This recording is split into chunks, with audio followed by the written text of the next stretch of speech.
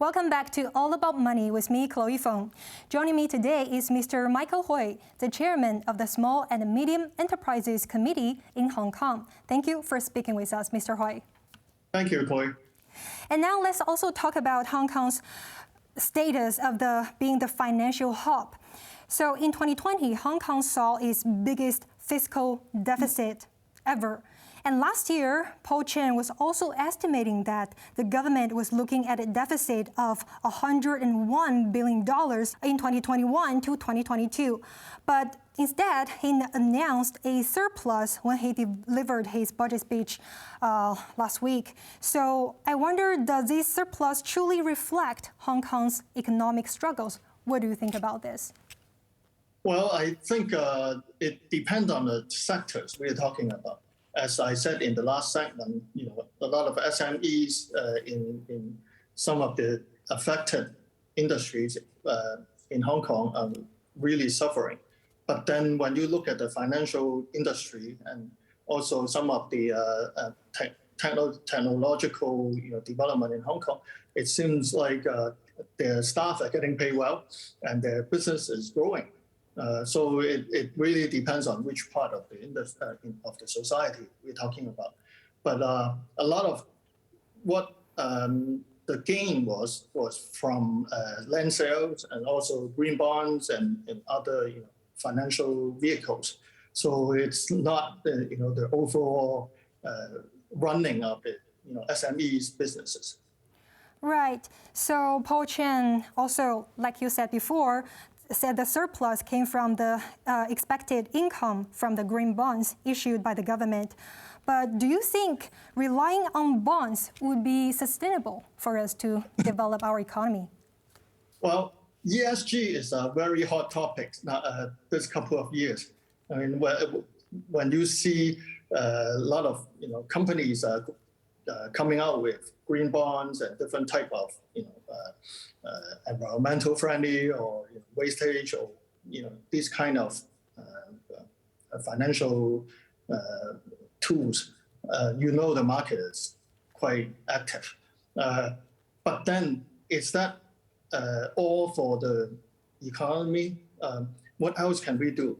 I think we still need industry, we still need services, we still need others.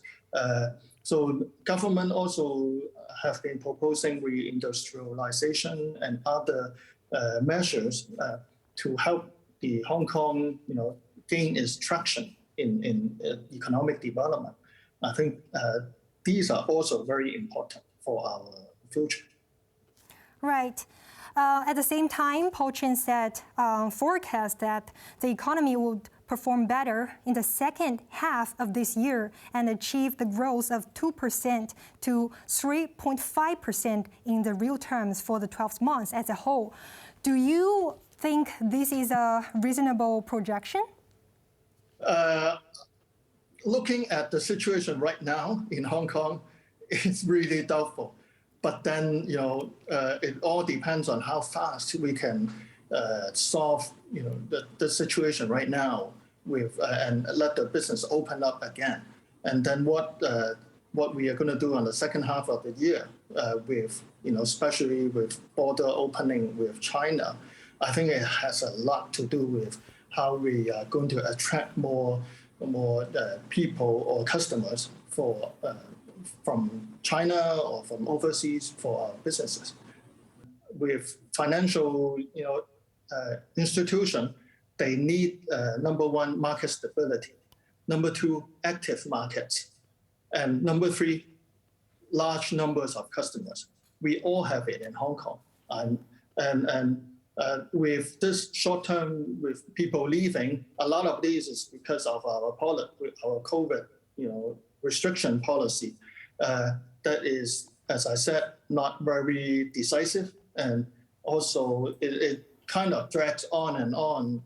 Sometimes you think you're living with the virus. Sometimes you think you are really strict on doing it, beating it down to zero cases, and it's very confusing, even for Hong Kong people, not to mention the expat. So when they are not very confident about how the living arrangement, especially with families with kids, you kind of understand why they are leaving. But I don't think this is going to be a permanent thing. Right. So actually, the government should also, try to have a consistent policy voices so that to reduce this kind of fears. And Yes. also, among the proposals from the budget briefings from the financial chief Paul Chan, there is another focus about the investment in Hong Kong. They are probably going to invest more on the technology sector in Hong Kong with special focus on the life sciences. So I wonder, will this kind of a proposal also affect some SMEs' current focuses? And what do you think about this kind of direction? Well, in the GBA plan announced a couple of years ago, life science is one of the major things that the GBA wants to focus on. And Hong Kong, I think Hong Kong is best situated for the life science and other digital technology development because of our location and also we still have some attractiveness for foreign or China scientists and also research specialists. When you look at the numbers in 2018, when our government just announced they are pumping in money for life science, we only had 130 biotech companies, I think, and up to now we have something like 350. So there is a growing demand, and together with what they announced last year for the Science Innovation and Technology Park in the border of Hong Kong and Shenzhen, I think, and group up with what Paul Chan was talking about, the digitalized economic development committee. I think all these together is one, it's a few punches together to develop, to gain a foothold on what the GBA is really about. And before we wrap up our episode, I wonder, would you consider taking extra or additional measures to also help your own company to increase, the capacity amid this difficult time? A lot of SMEs actually have been doing different things to gain more businesses throughout this COVID situation. Number one is to start online shopping website, and also build their own brands, work with Chinese companies in the similar industry to maybe co-develop new brands to sell in China, and also utilize their sales channel, and also hire KOL and different celebrities to push their products in China. In fact, Hong Kong has, also Hong Kong government has a funding for, it's called BUD, for helping Hong Kong SMEs to push the products, in China and also Southeast Asia and all these FTAs areas that Hong Kong has signed agreement with. So it's pretty useful. We have utilized it quite well, and I know a lot of other companies are doing it as well. Well, thank you so much, Mr. Hui, for sharing your insights. At the same time, we hope that there will be more help on the way.